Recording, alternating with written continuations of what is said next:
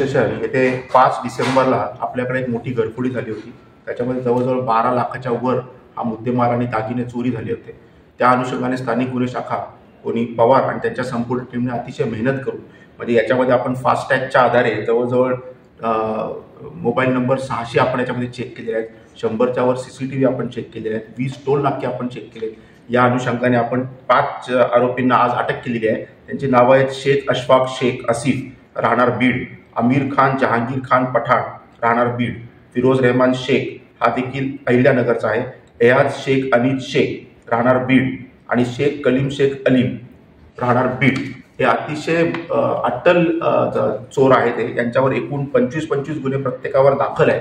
त्याची लिस्ट देखील आपण आज जोडत आहोत आणि याच्यामध्ये आपण एकूण 11.5 लाखाच्या वर आपण त्यांचे जे दागिने चोरीला गेले ते आपण हस्तगत केलेले आहेत आणि एकूण 4 लाखाच्या वर आपण इतर मुद्देमाल देखील हस्तगत केलेले आहे।